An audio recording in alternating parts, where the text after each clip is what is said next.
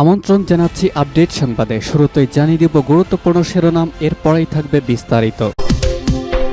প্রথমে জানিয়ে দেব বিটিভিতে সরাসরি সম্প্রচার করা হবে হাসিনার মামলার রায়। আরও জানিয়ে দেব ৫৩ বছরেও দেশের মাফিয়াতন্ত্রে পরিণত হয়েছে বলল সামান্তা শারমিন। আরও জানিয়ে দেব এককভাবে নির্বাচন করবে গণ অধিকার পরিষদ। আরও থাকছে কালকিনিতে নিষিদ্ধ ছাত্রলীগের নেতা গ্রেপ্তার। ঢাকা ও বরিশাল মহাসড়কের গাছ ফেলে অবরোধ। সর্বশেষ জানিয়ে দেব গোপালগঞ্জে গাছ ফেলে মহাসড়কের অবরোধের চেষ্টায় আওয়ামী লীগ। এতক্ষণ শুনছিলেন গুরুত্বপূর্ণ সংবাদ শিরোনাম, এখন জানিয়ে দিব বিস্তারিত। এবার বিটিভিতে সরাসরি সম্প্রচার হবে শেখ হাসিনার মামলার রায়। ২৪ জুলাই আগস্টের গণ অভ্যুত্থানে সংঘটিত মানবতা বিরোধী অপরাধের মামলায় ক্ষমতাচ্যুত প্রধানমন্ত্রী শেখ হাসিনাকে সাবেক স্বরাষ্ট্রমন্ত্রী আসাদুজ্জামান খান কালাম ও সাবেক আইপিজি চৌধুরী আবদুল্লাহ আল মামুনের বিষয়ে আন্তর্জাতিক অপরাধ ট্রাইব্যুনালের রায় ঘোষণা আগামীকাল সরাসরি সম্প্রচারিত হবে বাংলাদেশ টেলিভিশন বিটিভি। গত ১৩ নভেম্বর বিচারপতি মোহাম্মদ গোলাম মুর্তজা মজুমদারের নেতৃত্বে ৩ সদস্যের আন্তর্জাতিক অপরাধ ট্রাইব্যুনালের একের রায় ঘোষণার দিন ধার্য করেন। অপরাধ ট্রাইব্যুনালের অপর ২ সদস্য ছিলেন বিচারক মোহাম্মদ শফিউল আলম মজুমদার ও মোহাম্মদ মহিতুল হক এনাম চৌধুরী। বহুল আলোচিত এ বিষয়ের মামলায় ৫টি অভিযোগ এনে শেখ হাসিনা ও আসাদুজ্জামান খান কালামের সর্বোচ্চ শাস্তি ও মৃত্যুদণ্ড চেয়েছে প্রসিকিউটর। অন্যদিকে আসামিদের নির্দোষ দাবি করে খালাস চেয়েছেন তার পক্ষে রাষ্ট্র নিযুক্ত আইনজীবী। এছাড়াও রাজসাক্ষী সাবেক আইপিজি চৌধুরী আবদুল্লাহ আল মামুনের খালাস চেয়েছেন আইনজীবীরা। এই মামলায় প্রসিকিউটর পক্ষ থেকে প্রসিকিউটর মোহাম্মদ তাইজুল ইসলাম, প্রসিকিউটর মিজানুর ইসলাম ও গাজী এস তামিম শুনানি করেন। এছাড়াও প্রসিকিউটর বি.এম. সুলতান মাহমুদ, আব্দুস সত্তার পালোয়ান সহ অন্যান্য প্রসিকিউটররা উপস্থিত ছিলেন। অন্যদিকে শেখ হাসিনা ও আসাদুজ্জামান খান কামালের পক্ষে শুনানি করেন রাষ্ট্রনিযুক্ত আইনজীবী মোহাম্মদ আমির হোসেন, আর রাজসাক্ষী আবদুল্লাহ আল মামুনের পক্ষে শুনানি করেন আইনজীবী জায়েদ বিন আজমদার। ঐতিহাসিক এই মামলার সাক্ষ্য দিয়েছেন গণ অভ্যুত্থানের প্রথম শহীদ আবু সাইদের পিতা, স্বজন হারা পরিবারের অনেকেই। এছাড়াও স্টার ইউনিটের হিসেবে সাক্ষ্য দেন তারা নাগরিক পার্টির আহ্বায়ক ও জুলাই আন্দোলনের নেতৃত্বকারী নাহিদ ইসলাম এবং দৈনিক আমার দেশ পত্রিকার সম্পাদক ডক্টর মাহবুবুর রহমান। সর্বমোট ৫৪ জন সাক্ষী এই মামলায় সাক্ষ্য দেন। ৫৩ বছরেও দেশের মাফিয়া তন্ত্রের পরিণত হয়েছে বলল সামান্তা শারমিন। জাতীয় নাগরিক পার্টির এনসিপির সিনিয়র যুগ্ম আহ্বায়ক সামান্তা শারমিন বলেছেন, বাংলাদেশের অর্থনীতি, রাষ্ট্র ব্যবস্থা ও গত ৫৩ বছরের একটি মাফিয়া তন্ত্রতে পরিণত হয়েছে। অর্থনীতির গুরুত্বপূর্ণ প্রতিটি জায়গায় সিন্ডিকেট ও দখলদারিদের প্রভাব প্রতিষ্ঠিত হওয়ায় দেশের কার্যরত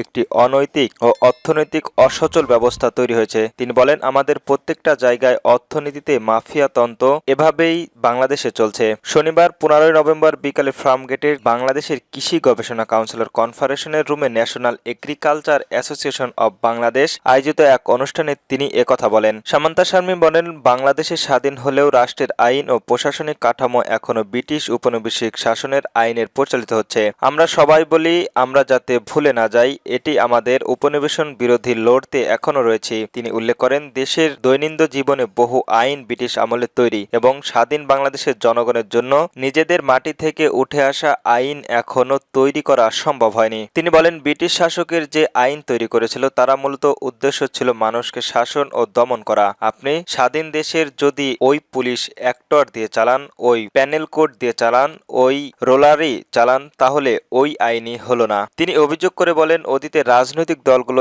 একস্ব আধিপত্য, গুন্ডা মস্তান নিয়ন্ত্রণ, দখলদারিত্ব ও চাঁদাবাজির মাধ্যমে রাজনীতি পরিচালনা করেছেন, ফলে প্রতিটি খাত ক্ষতিগ্রস্ত হয়েছে। তিনি আরো বলেন, নতুন রাজনৈতিক দল হিসেবে এনসিপি দেশের জন্য একটি ভিন্ন রাজনৈতিক ভাবনার সামনে আনতে চায়। আমরা ক্ষমতা শব্দটা আর ব্যবহার করতে চাই না, আমরা রাষ্ট্রের দায়িত্ব নিতে চাই। সামান্তা শারমিন বলেন, এনসিপি এমন একটি রাজনৈতিক চায় যেখানে একজন কৃষকেরও আইন প্রণয়নের ভূমিকা রাখতে পারেন। একজন কৃষকের কথা আমি বললে পুরোপুরি মানায় না। বাংলাদেশ যেহেতু যত কৃষকবিদ রয়েছেন, কৃষকের গণতন্ত্রের জায়গা তৈরি করা, এই পথ তৈরি করা আমাদের মূল লক্ষ্য। এককভাবে নির্বাচন করবে গণ অধিকার পরিষদ। আসন্ন জাতীয় সংসদ নির্বাচনকে এককভাবে নির্বাচন করার সিদ্ধান্ত নিয়েছে গণ অধিকার পরিষদ। রাজধানীর বাড্ডায় এলেন কমিউনিটি সেন্টারে দলটির এই গুরুত্বপূর্ণ সভায় এমন সিদ্ধান্ত হয়। গণ অধিকার পরিষদের দপ্তর সম্পদ শাকিল উজ্জামান এ তথ্য নিশ্চিত করেন। তারা জানান, সবাই আগামী নির্বাচনে সারা দেশের এককভাবে ট্রাক প্রতীকের নির্বাচন করার সিদ্ধান্ত গৃহীত হয়েছে।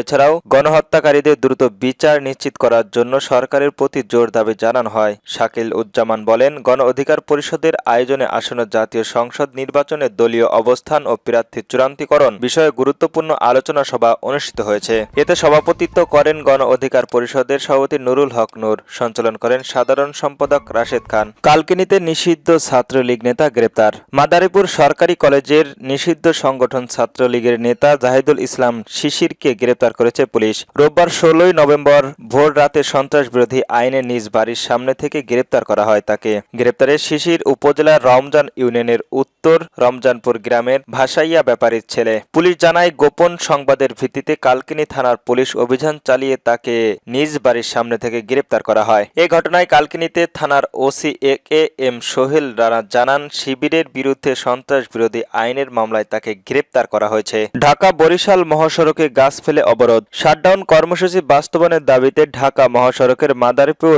ডাসার উপজেলা গোপালপুরের গাছের গুড়ি ফেলে অবরোধ করেছে কার্যক্রম নিষিদ্ধ আওয়ামী লীগের নেতাকর্মীরা। রোববারের 16 নভেম্বর ভোর থেকে মাদারীপুরের ডাসার উপজেলার গোপালপুর বাস স্ট্যান্ডের উত্তর পাশ সহ কয়েকটি স্থানে গাছ ফেলে তারা এই আইন অবরোধ করেন। এ সময় টায়ার জ্বালিয়ে বিক্ষোভ কর্মসূচি করে কার্যক্রম নিষিদ্ধ আওয়ামী লীগের নেতাকর্মীরা। এতে যান চলাচল বন্ধ হয়ে যায়, সৃষ্টি হয় যানজটের। ভোগান্তিতে পড়েছেন যাত্রীরা। ইতিমধ্যে সড়ক উদ্ধার ও নাশকতার রোধের কাজ শুরু করেছে পুলিশ ও ফায়ার সার্ভিসের কর্মীরা। এ ব্যাপারে উপজেলা ফায়ার সার্ভিসের কর্মকর্তা খোকন জমদার জানান, আমরা খবর পেয়ে ভোর থেকে পুলিশের সহযোগিতায় গাছের গুড়ি সড়ক থেকে সরিয়ে নেওয়ার চেষ্টা অব্যাহত রেখেছি। গোপালগঞ্জে গাছ ফেলে সড়ক অবরোধের চেষ্টা আওয়ামী লীগের। গোপালগঞ্জের কাশিয়ানীতে গভীর রাতে গাছ ফেলে সড়ক অবরোধের চেষ্টা করেছে কার্যক্রম নিষিদ্ধ আওয়ামী লীগ, ছাত্রলীগ ও যুবলীগের নেতাকর্মীরা। আজ রোববার 16 নভেম্বর রাত 3টার দিকে উপজেলার গোপালপুর বাজার এলাকায় খুলনা মহাসড়ক অবরোধ করে। এতে মহাসড়কের দুই পাশে যান চলাচল